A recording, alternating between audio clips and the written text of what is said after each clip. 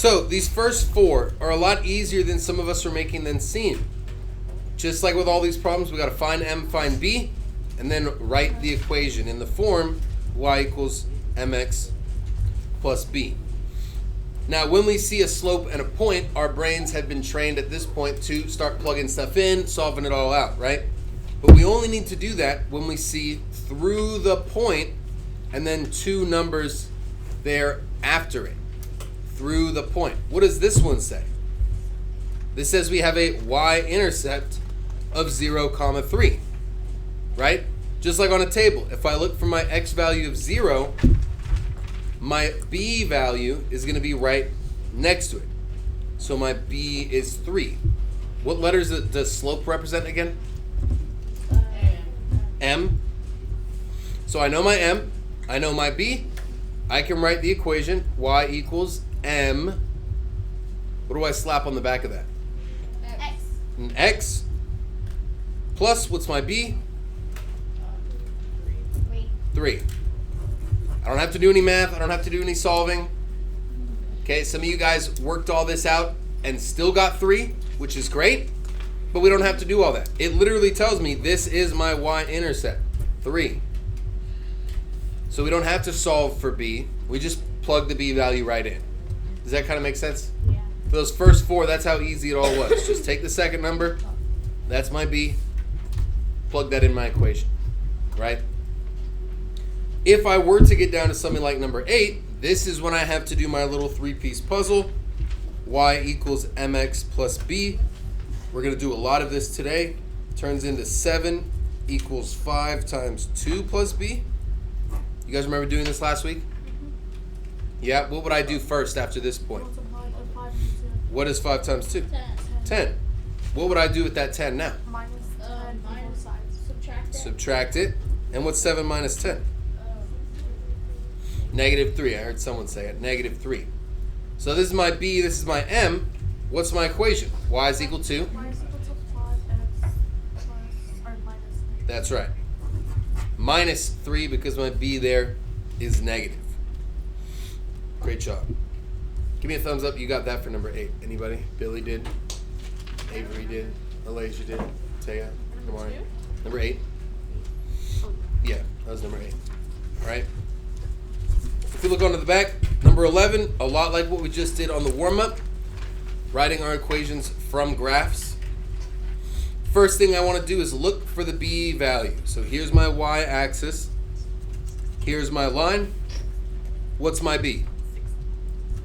Take a look. Use your eyes, everybody. My b is 60. Right there. My first dot on the y-axis is 60. Right? Now, if I want to figure out the slope, I saw a lot of us say my slope was 1 over 1 or 1 over 2, which I see why you would get that, but let's talk about why that's wrong, okay? Obviously, I'm going to be rising 1 box and running 2 boxes. So I would see how you get a slope of 1 over 2, because I'm rising 1 and I'm running 2. But this is not just some regular generic graph. This graph has a specific context. We're talking about cost in dollars based on a certain number of days. So if I look at my cost in dollars, my y-axis, I got 0, blank, 60, blank, 120. So what's halfway in between 0 and 60? 30, 30, 60, 90, 120, 150, and so on. So when I see that I'm rising up 1 square, yes, it is just 1 square, but how many dollars is that 1 square worth? 30. So my slope is 30 over, and then I look at my x-axis, I went over 2 squares, which is how many days? Just 1, right? Every 2 squares is 1 day. So I rose $30 in 1 day. Well, what's 30 over 1? 30. And what are my units on that 30? Something per something. 30 per day. Dollars per day. How do I figure out the units? Well, just look at my fraction. I rose up 30. My units on that 30 are dollars. I ran over 1. The units on that 1 are days. So when I simplify 30 over 1 to 30, my units simplified to dollars per day. Right? You got to just use the graph. Z. Are we all done with number 11? Is that it? What's the whole theme of this unit? Writing equations. Did we write the equation? No. We have the pieces, now we just got to write it. So we could say that y is equal to, what's my m? 30. What do I slap on the back of that m? X. Plus, what's my b? 60. And there's my equation. 30x plus 60. All right? Same kind of thing with number 12. Yes, we're rising up 2 boxes and running over 2 boxes, but my slope is not 2 over 2. Every little box is 10 books, 10, 20, or sorry. It's 15. Oh, yeah. This one is really bad. I don't like this one. I messed this one up. Should be 15, 25, 35. So you're going up 10 over 1. So my slope should be 10 books per week. Is that what you guys got? No? Yeah. Yeah? Okay. Some of us. How many books do you start out reading, though? What's the B value on my table? 25. Right in between 20 and 30? 25. This one, I messed up, so ignore it. It should say, it should be different, but that's okay. All right, and then we had number 14 down here.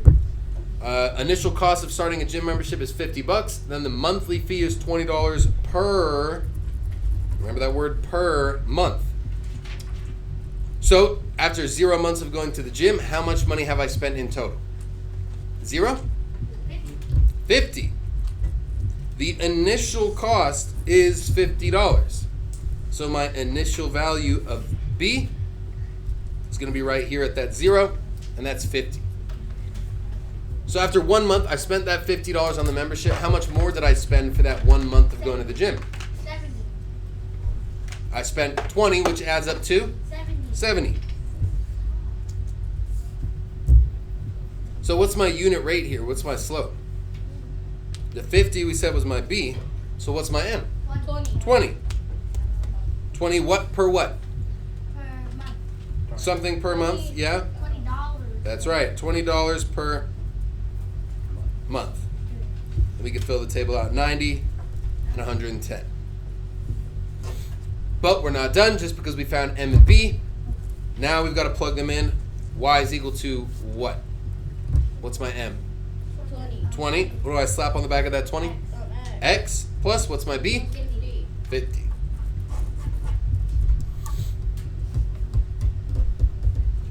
Can we do 15 too?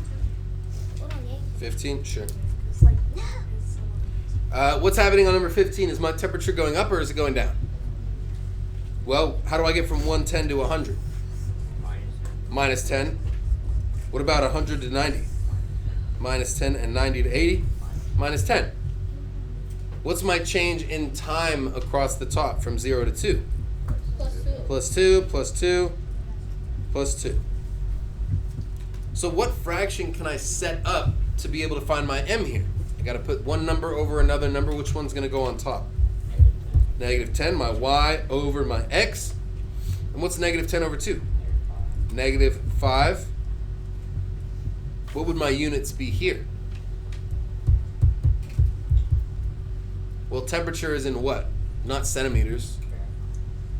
Degrees per hour. Could be Celsius, could be Fahrenheit, doesn't really say. I would assume this is Fahrenheit because 110 degrees Celsius would melt anything inside that greenhouse. So negative 5, we'll just keep it general or generic degrees. What's my starting temperature in the greenhouse? 110. Where did I look on the table to find that number? I looked for the X value of 0. My B value is going to be right below it. So I can write the equation y is equal to, what's my M? Negative 5. What do I slap on the back of that M? an x Plus plus what's my b? 110. 110. Right, so this whole unit we've learned different strategies to get to the same solution, the same endpoint, which is an equation that looks like that. Obviously, a lot of us are going to need more time, so if you are not done, please do not turn it in incomplete.